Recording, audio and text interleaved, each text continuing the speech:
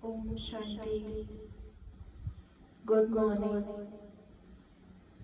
आज फिर से संडे हम अव्यक्त मुरली सुनेंगे। आज तो मुरली का बहुत अच्छा टॉपिक है, बेफिक्र बादशाह बनने की युक्ति। क्योंकि हम सभी चाहते हैं कि हमारा जो जीवन है वो निश्चिंत रहे, बेफिक्र हम जीवन यापन करें, ऐसा हम सभी चाहते हैं। तो कैसे हम बेफिक्र स्थिति बनाएं, आज बाबा ने मुरली में वो बात क्लियर की है। क्योंकि जैसे योगी की निशानी दिखाते हैं निश्चिंत अवस्था। एक उदाहरण देते हैं कि एक बार सिकंदर भारत भ्रमण पर आ रहा था, तो सिकंदर ने अपने गुरु को बोला, उनसे आज्ञा ली कि मैं भारत भ्रमण पर जा रहा हूँ, तो आपके लिए भारत से क्या लेके आऊं। तो उनके गुरुजी ने उनको बोला कि भारत से मेरे लिए एक योगी ले आना। तो सिकंदर जब भारत पहुंचे तो उनको ये समझ नहीं आ रहा था कि योगी कहाँ मिलेगा। तो सिकंदर ने बहुतों से पूछा, तो किसी ने सिकंदर को कहा कि तुम जंगल में जाओ, वहां आपको तपस्या करते हुए योगी मिल जाएगा। तो सिकंदर ने जंगल में भ्रमण किया और एक जंगल में गुफा में पतला दुबला, जिनका बिल्कुल ही शरीर इतना पतला हो चुका था और जिनके पास कुछ भी नहीं था, ना वस्त्र थे शरीर में, लेकिन स्थिति निश्चिंत थी। सिकंदर जब उस योगी के पास पहुंचे तो सिकंदर ने देखा कि कितनी निश्चिंत स्थिति है इनके पास कुछ भी नहीं है, लेकिन ये फिर भी निश्चिंत है। मेरे पास सब कुछ है लेकिन मैं फिर भी निश्चिंत नहीं, मैं फिर भी बेफिक्र नहीं। तो सिकंदर ने योगी से आग्रह किया कि आप मेरे साथ चलिए, मेरे गुरुजी ने कहा है कि भारत से मेरे लिए योगी लेकर आना।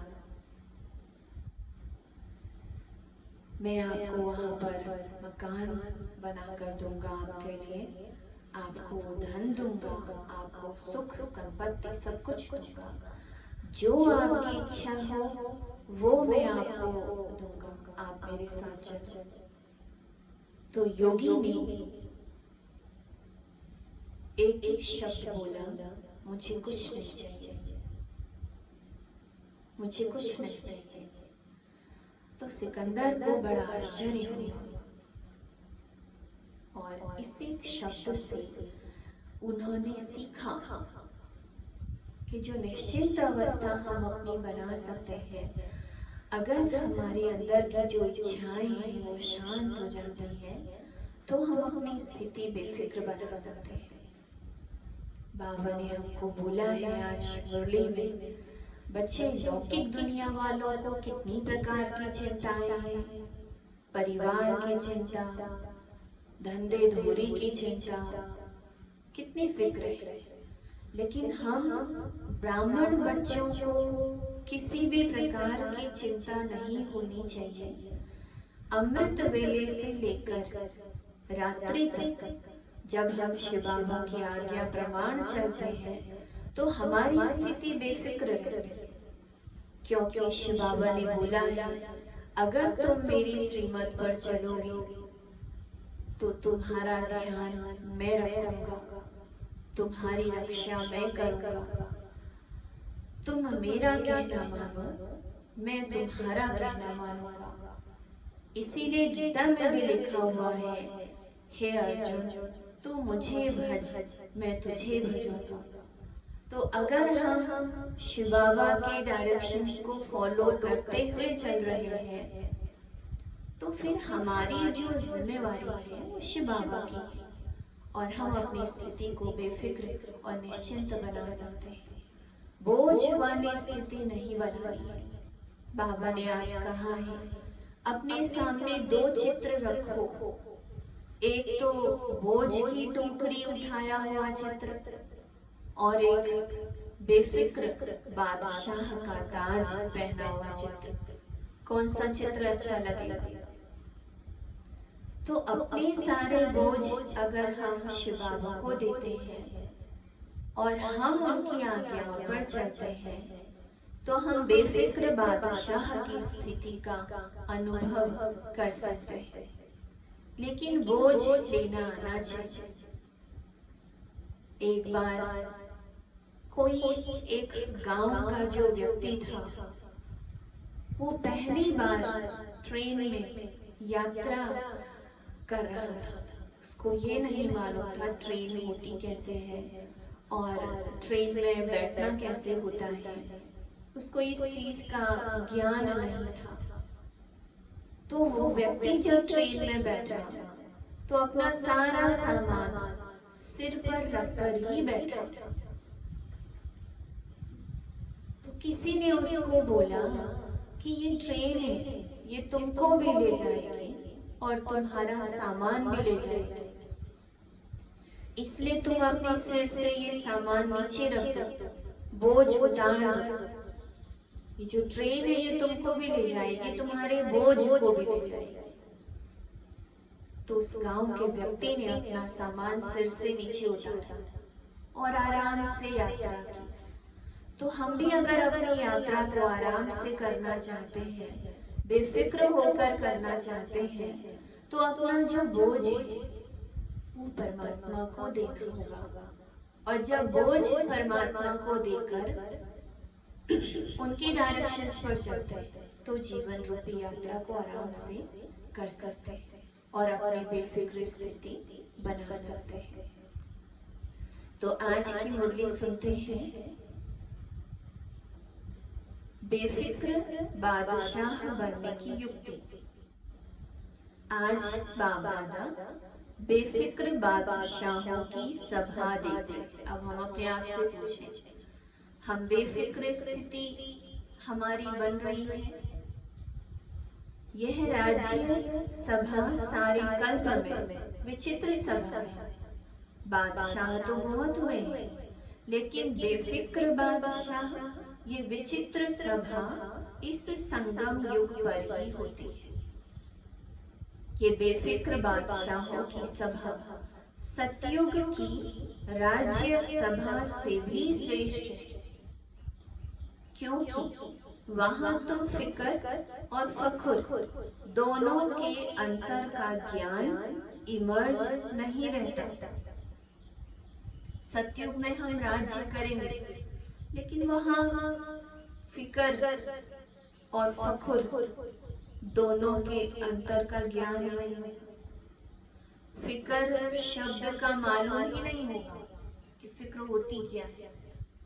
लेकिन अभी जबकि सारी दुनिया कोई न कोई फिक्र में, सवेरे से उठते ही अपना फिक्र, परिवार का फिक्र, कार्य व्यवहार का फिक्र, मित्र संबंधियों का फिक्र, कोई न कोई फिक्र होगा इस कलयुगी दुनिया में।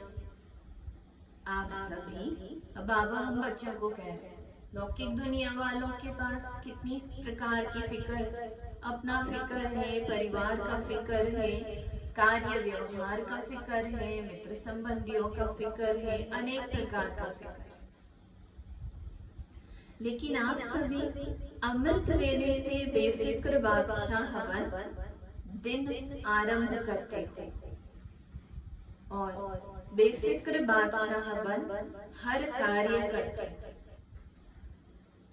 बेफिक्र बादशाह बन आराम की नींद करते, सुख की नींद करते, शांति की नींद करते। ऐसे बेफिक्र बादशाह बन गए ना? बाबा हमसे पूछ रहे, ऐसे बने हो या कोई फिक्र है? बाप के ऊपर जिम्मेवारी दे दी तो बेफिक्र हो गए। अपने ऊपर जिम्मेवारी समझने से फिक्र होता है। जिम्मेवारी बाप की है और मैं तो निमित्त हूँ, सेवाधार। मैं निमित्त कर्मयोगी, करावनहार बाबा है, निमित्त करावनहार मैं हूँ। अगर यह स्मृति हर समय स्वतः ही रहती है तो सदा ही बेफिक्र बादशाह है। कौन सी स्मृति? करावनहार बाबा है और मैं निमित्त। अगर यह स्मृति है तो बेफिक्र बादशाह है। अगर गलती से भी किसी भी व्यर्थ भाव का अपने ऊपर बोझ उठा लेते हो तो ताज के बजाय फिक्र के अनेक टोकरे सिर पर आ जाते हैं। अपनी फिक्र का टोकरा, परिवार के फिक्र का टोकरा, कार्य व्यवहार के फिक्र का टोकरा, नाते रिश्ते संबंधियों के फिक्र का टोकरा। बाबा कहते हैं ताज के बजाय कितनी सारी फिक्र के टोकरे आप सिर पे रख लेते हो। नहीं तो सदा लाइट के ताजधारी बेफिक्र बादशाह। बस बाबा और मैं, तीसरा कोई नहीं। बेफिक्र स्थिति, मैं और बाबा, तीसरा कोई नहीं। ये अनुभूति सहज बेफिक्र बादशाह बना देगी। तो ताजधारी हो या टोकरेधारी हो, टोकरा उठाना और ताज पहनना कितना फर्क हो गया। ताज को तो पहनना है और टोकरे को तो पकड़कर खड़ा होना पड़ेगा। एक ताजधारी सामने खड़ा करो और एक बोझ वाला टोकरे वाला खड़ा करो, क्या पसंद आएगा, ताज या टोकरा? अनेक जन्मों के अनेक बोझ के टोकरे तो बाबा आकर उतार कर हल्का बना देता। तो बेफिक्र बादशाह अर्थात सदा डबल लाइट रहने वाले। जब तक बादशाह नहीं बने तब तक ये कर्मेंद्रियां भी अपने वश में नहीं रह सकती। जब तक कर्मेंद्रियों का बादशाह बनकर नहीं रहेंगे तब तक कर्मेंद्रियां भी हमको क्या करती रहेंगी, अपने अधीन करती रहेंगी। राजा बनते हो तब ही माया जी, कर्मेंद्रिय जी, प्रकृति जी बनते। तो राज्य सभा में बैठे हो ना, राज्य सभा में कौन बैठे होंगे? सारे राजे लोग, राजा है ना बाबा के। तो बोझ दे दिया, अपने आप से पूछिए। पहले पैराग्राफ में बाबा ने आने बोला, मेरे बोझ की जिम्मेवारी किसकी है? बाबा। और मेरा कर्तव्य क्या है? कर्म योगी बनकर कर्म करना। अच्छा, आज यूरोप का टर्न है। यूरोप ने अच्छा विस्तार किया है। यूरोप ने अपने पड़ोस के देशों के कल्याण का प्लान बनाया है। जैसे बाबा कल्याणकारी हैं, वैसे बच्चे भी बाप समान कल्याण की भावना रखने वाले हैं। अभी किसी को भी देखेंगे तो रहम आता है ना? क्या रहम आता है? इनको भी बाबा का परिचय मिल जाए, इनका कनेक्शन भी भगवान से जुड़ जाए, इनको भी बाबा से वर्षा लेने का ये अधिकारी बन जाए। तो बाबा कहते हैं रहम आता है ना कि ये भी बाप का बन जाए। देखो, बाप दादा स्थापना के समय से लेकर विदेश के सभी बच्चों को किसी न किसी रूप से याद करते हैं और बाप दादा की याद से समय आने पर चारों ओर के बच्चे पहुंच गए हैं। लेकिन बाप दादा ने आह्वान बहुत समय से किया। आह्वान के कारण आप लोग भी चुंबक की तरह आकर्षित होकर बाबा के पास पहुंच गए हो ना। ऐसे लगता है ना कि न मालूम कैसे हम बाप के बन गए।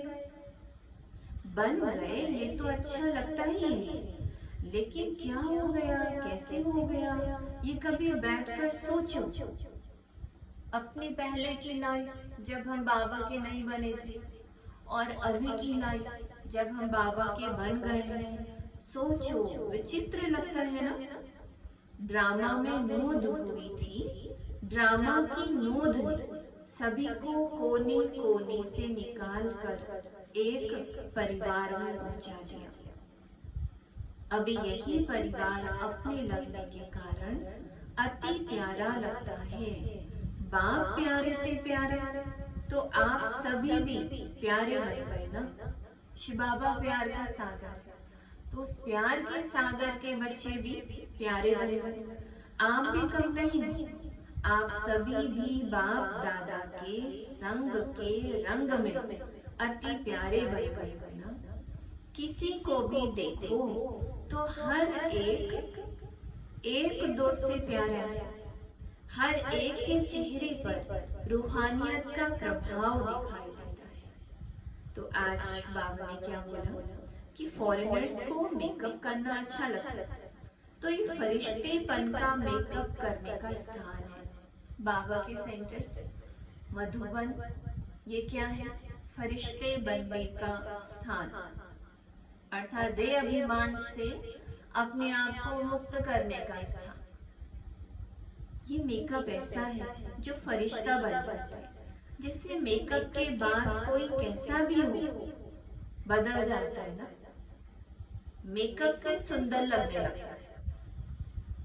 तो यहाँ भी सभी चमकते हुए फरिश्ते लगते हो, क्योंकि रूहानी मेकअप किया हुआ है।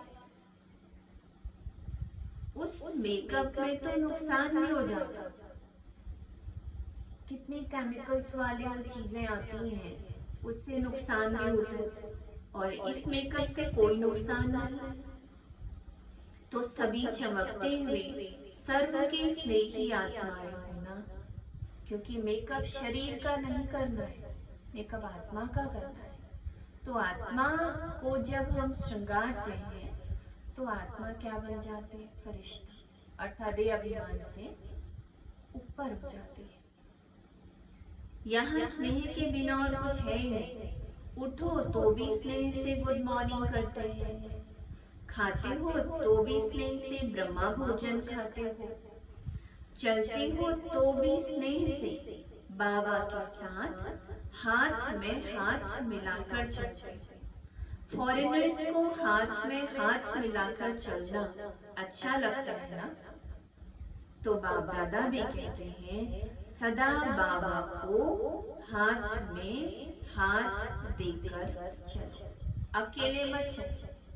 अकेले चलेंगे तो कभी बोर हो जाएंगे, कभी किसी की नजर पड़ जाएगी। बाप के साथ चलेंगे, एक तो कभी भी माया की नजर नहीं पड़ेगी, और दूसरा साथ होने के कारण सदा ही खुशी खुशी से मौज से खाते चलते मौज मनाते जाएंगे। तो साथी सबको पसंद है ना, या और कोई चाहिए?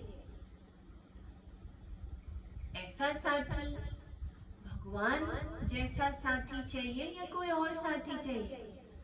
और कोई कंपेनियन की जरूरत तो नहीं है बाबा पूछे, क्योंकि दिल जब भरा हुआ होता है तो ढूंढते हैं किसको अपनी मन की बात सुनाए, और मन की बात सुनाने के लिए फिर ढूंढ रहे होते हैं, और फिर उससे दिल की सारी बातें करते हैं। अगर ऐसा भगवान को कंपेनियन बना लिया हो तो सारा हाल, सारा समाचार खा रहे हैं उसी के साथ, बातें हो रही है उसी के साथ, चल रहे हैं उसी के साथ, ये अनुभूति होने लगती है आत्मा को। थोड़ा दिल बहलाने के लिए कोई और चाहिए? धोखा देने वाले संबंध से छूट गए ना।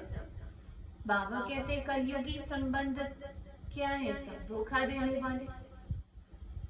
उसमें धोखा भी है और दुख भी है, क्योंकि वो संबंध निभाते निभाते निभाते और अधिक एक्सपेक्टेशंस बढ़ती रहती है, और डिमांड जब बढ़ती है, डिमांड फुलफिल न होने के कारण फिर दुख होता है, और बाबा तो सर्व गुणों का सागर है, सर्व शक्तियों का सागर है। बाबा को कंपेनियन बनाकर, साथी बनाकर चलेंगे तो हमारी सारी डिमांड पूरी करेगा। अभी ऐसे संबंध में आ गए जहां ना धोखा है ना दुख है, बच गए ना, सदा के लिए बच गए। ऐसे पक्के को कोई कच्चे तो नहीं, ऐसे तो नहीं जाकर पत्र लिखेंगे बाबा क्या करे, कैसे करे, माया आ गई, नहीं। तो भगवान को अपना कंपेनियन बनाना है। तो दूसरे पैराग्राफ में बाबा ने कंपेनियन की बात कही है और अपने सारा जो समाचार है वो बाबा को सुनाना है। दुनिया के दुख और धोखे से बचने के लिए दुनियावी संबंध को ना ढूंढे, भगवान को अपना पक्का पक्का सच्चा साथी बनाए तो दुख और धोखे से बच जाए। आगे बाबा कहते हैं, बाप दादा सदा देखते रहे हैं कि बाप जो कहते हैं कि हर वर्ष बाप के आगे गुलदस्ता लेकर के आना। अच्छे अच्छे बच्चे भगवान के सामने अगर जाएंगे तो भगवान को भी तो खुशी होगी ना। जैसे भक्ति में भी जब पूजा करते हैं तो सारी चीजें फ्रेश चढ़ाते हैं, फूल चढ़ाएंगे तो फ्रेश, फल ले जाएंगे, दूध भी चढ़ाएंगे, बाजार से ही पैकेट खरीद के ले जाएंगे, हर चीज फ्रेश। तो बाबा भी कहते हैं मेरे सामने भी कैसे बच्चे आने चाहिए, फ्रेश, जिनमें कोई विकार ना हो, गुणों की सुगंध, रूहानियत की खुशबू हो, ऐसे बच्चे बाबा चाहिए। बाकी बाप दादा जानते हैं हिम्मत वाले हैं, वहां से ही निकलकर और वहां ही सेवा के निमित्त बन गए। तो चैरिटी बिगिंस एट होम का पाठ पक्का किया है। तो क्या करना है, बाबा काम दे रहे हैं, दृढ़ संकल्प करो। जहां दृढ़ता है वहां सफलता है, कुछ भी हो जाए, लेकिन सेवा में सफलता पानी ही है।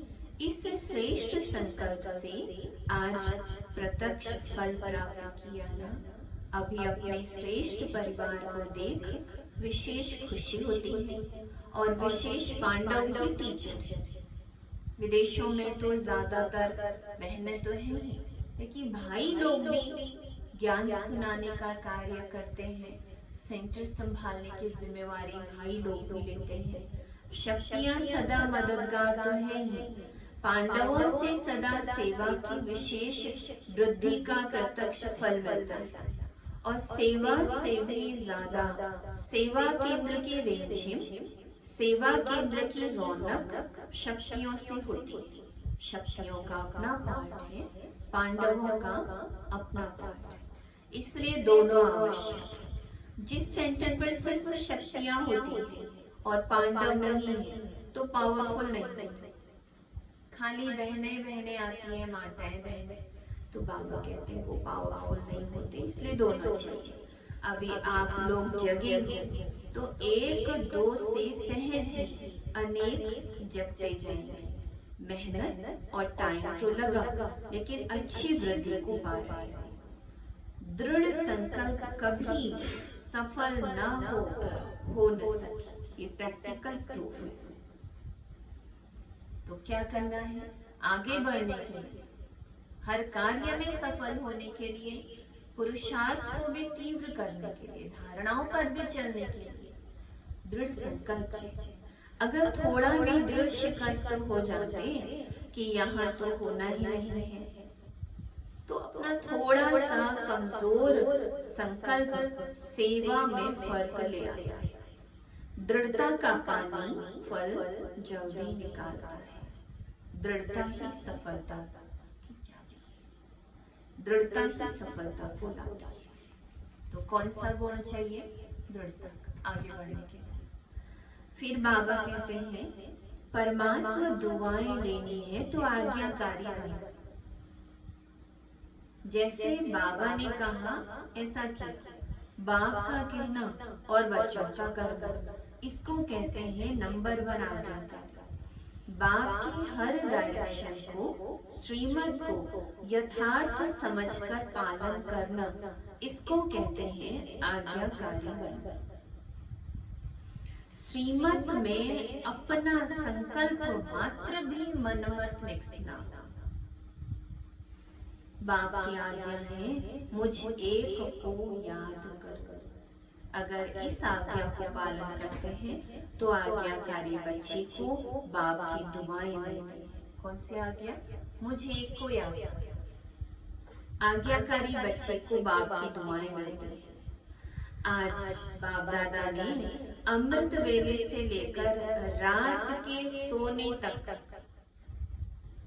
आज की मुरली में बाबा बता रहे हैं, बाप दादा ने अमृत वेले से लेकर रात के सोने तक मनसा वाचा कर्मणा संबंध संपर्क में कैसे चलना है, कैसे रहना है, वो सारी आज्ञा दी। हर कर्म में मनसा की स्थिति कैसी हो, उसका भी डायरेक्शन वह आज्ञा मिलेगी। कैसे हमें चलना है वो डायरेक्शन, वो आज्ञा मिली हुई है, उसी आज्ञा प्रमाण चलते चलते। यही परमात्मा दुआएं प्राप्त करने का आधार है। इन्हीं दुआओं के कारण आज्ञाकारी बच्चे सदा डबल लाइट, उड़ती कला का अनुभव करते हैं। अगर हम बाबा की आज्ञाओं पर चलते हैं, आज्ञाकारी बच्चों को बाबा की दुआएं मिलती हैं, और जिनको भगवान की दुआएं मिलती हैं वो आत्माएं, वो बच्चे हल्के होकर चलते हैं। और आज आज्ञा क्या है? मुझे बाप को याद कर। बाप की आज्ञा है किसी भी आत्मा को न दुख दो, न दुख लो। तो कई बच्चे दुख देते नहीं लेकिन ले लेते हैं। यह भी व्यर्थ संकल्प चलने का कारण बन जाता है। कोई व्यर्थ बात सुनकर दुखी हो गए, ऐसी छोटी छोटी अवज्ञाएं भी मन को भारी कर देती, और भारी होने के कारण स्थिति ऊंची नहीं हो पाती और फिर उड़ नहीं पाती। तो बाप दादा की आज्ञा मिली हुई है, बच्चे व्यर्थ न व्यर्थ सोचो, न व्यर्थ देखो, न व्यर्थ सुनो, न व्यर्थ बोलो, न व्यर्थ कर्म में समय गवाओ। आप बुराई से तो पार हो गए ना। अब ऐसे आज्ञाकारी चरित्र का चित्र बनाओ जो परमात्मा दुआओं के अधिकारी बन जाओ। व्यर्थ से मुक्त हो जाओ। आज बाबा व्यर्थ से मुक्त हो जाओ, ये बाबा की आज्ञा है। एक तो बाबा की आज्ञा, एक बाप के सिवा और कोई आज्ञा, दूसरी आज्ञा ना दुख दो ना दुख लो, तीसरी आज्ञा न व्यर्थ सोचो, न व्यर्थ देखो, न व्यर्थ सुनो, न व्यर्थ बोलो, न व्यर्थ कर्म करो। बाप की आज्ञा है बच्चे तन मन धन जन, इन सबको बाप की अमानत समझो। जो भी संकल्प करते हो वो पॉजिटिव सोचो, शुभ भावना के संकल्प करो, बॉडी कॉन्शियस के संकल्प मत करो। मैं और मेरेपन से दूर रहो। ये माया के दो दरवाजे, मैं और मेरा। संकल्प, समय, श्वास ब्राह्मण जीवन के अमूल्य खजाने, इन्हें व्यर्थ मत करो, जमा करो। समर्थ रहने का आधार है आज्ञाकारी बनना। समर्थ रहने का आधार क्या है? आज्ञाकारी। हल्का रहने का आधार क्या है? आज्ञाकारी बनना। दुआएं लेने का आधार क्या है? आज्ञाकारी बनना। सदा स्थिति को ऊंचा बनाने का आधार क्या है? आज्ञाकारी बनना। बाप दादा की पहली आज्ञा पवित्र बनो, काम जीत बनो। इस आज्ञा को पालन करने में मेजॉरिटी पास। पवित्रता का संकल्प लेने में बाबा कहते हैं मेजॉरिटी पास, लेकिन काम का जो दूसरा भाग है क्रोध, उसमें कभी कभी आधा फेल हो जाता है। कई कहते हैं क्रोध नहीं किया, लेकिन थोड़ा रौब तो दिखाना ही पड़ता है ना, तो ये भी अवज्ञा हुई जो खुशी का अनुभव नहीं करने देती। थोड़ा सा भी अगर क्रोध आया, बाबा कहते ये क्रोध भी अंदर से खुशी का अनुभव नहीं करेगा।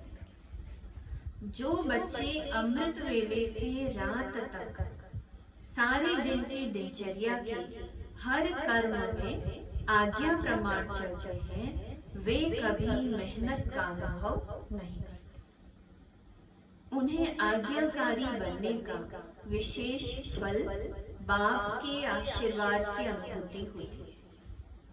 उनका हर कर्म फलदायी हो जाता है। जो आज्ञाकारी बच्चे हैं, वे सदा संतुष्टता का अनुभव करते हैं। उन्हें तीनों ही प्रकार की संतुष्टता स्वतः और सदा अनुभव होती है। वे स्वयं भी स्वयं से संतुष्ट रहते हैं। दूसरा, विधि पूर्वक कर्म करने के कारण सफलता रूपी फल की प्राप्ति से संतुष्ट रहते हैं। तीसरा, संबंध संपर्क में भी उनसे सभी संतुष्ट रहते हैं। आज्ञाकारी बच्चों का हर कर्म श्रीमत के प्रमाण होता है। तो बाबा का आज्ञाकारी बच्चा बनकर रहना है। तो ये आज की मुरली का बाबा ने जो मेन हमको डायरेक्शंस दिए हैं, तो बाबा की आज्ञा के अनुसार चलना है। फिर बाबा ने एक बात बहुत अच्छी कही है, हर कर्म आज्ञा प्रमाण करने के कारण परमात्मा आशीर्वाद की प्राप्ति के फलस्वरूप वे सदा ही आंतरिक विल पावर का, अतीन्द्रिय सुख का और भरपूरता का अनुभव करते हैं। किसका? परमात्मा आशीर्वाद का और आंतरिक विल पावर का ये अनुभव करते हैं, भरपूरता का अनुभव करते हैं।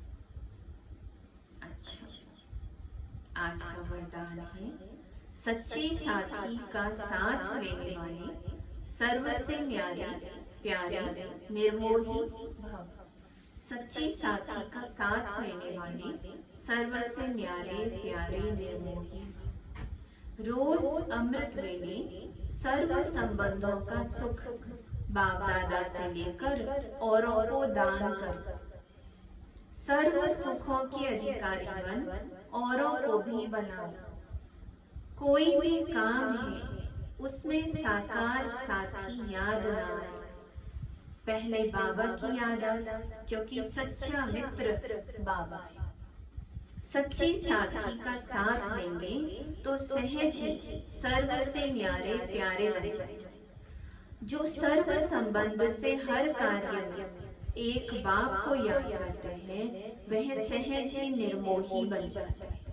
उनका किसी भी तरफ लगाव अर्थात झुकाव नहीं रहता, इसलिए माया से हार भी नहीं हो सकता। तो बाबा को सच्चा सच्चा अपना साथी बनाना है। स्लोगन है, माया को देखने व जानने के लिए त्रिकालदर्शी और त्रिनेत्री बन, तब विजयी बन। बाबा ने आज बोला, मैं और मेरा ये दो दरवाजे अगर बंद करोगे तो माया नहीं आएगी। तो माया से बचने के लिए या माया को देखने के लिए, जानने के लिए त्रिकालदर्शी और त्रिनेत्री बनो, तब विजयी बनेंगे। फिर माया हमको हरा नहीं सकती। तो आज क्या करेंगे? आज का होमवर्क है, पहला पॉइंट है, मैं बेफिक्र बादशाह इस स्मृति में रहना है। और बेफिक्र बादशाह कैसे बनना है वो बाबा ने मुरली में सुनाया, और आप दोबारा फिर से मुरली सुनेंगे, आपको वो विधि आ जाएगी कि कैसे बेफिक्र बादशाह बनना है। और दूसरा, बाबा का आज्ञाकारी बनकर चलना है। और तीसरा, न व्यर्थ सोचना है, न व्यर्थ देखना है, न व्यर्थ सुनना है, न व्यर्थ बोलना है, न व्यर्थ कर्म करना है, अर्थात व्यर्थ से मुक्त होना है। तो ये आज की मुरली के 3 जो होमवर्क के रूप में हम डेली लेते हैं। पहला, मैं बेफिक्र बादशाह हूँ, इस स्मृति में रहना है। और दूसरा, भगवान का आज्ञाकारी बनकर रहना है, बाबा का आज्ञाकारी बनकर रहना है। और तीसरा, व्यर्थ से मुक्त रहना, अर्थात नेगेटिव को अंदर नहीं आने देना है, हमेशा पॉजिटिव ही रहना है। तो ये शिव बाबा की डायरेक्शंस हम बच्चों के प्रति थे। ओम शांति।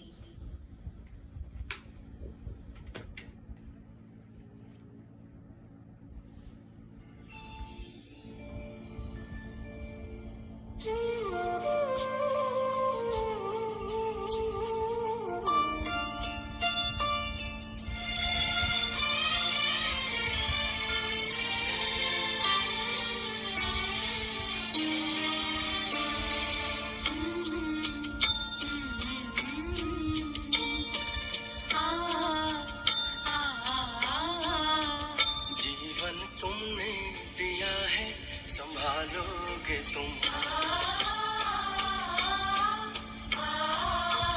जीवन तुमने दिया है संभालोगे तुम।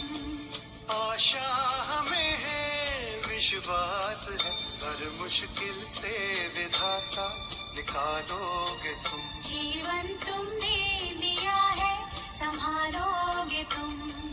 आशा हमें है, विश्वास है, हर मुश्किल से विधाता निकालोगे तुम। जीवन तुमने दिया है संभालो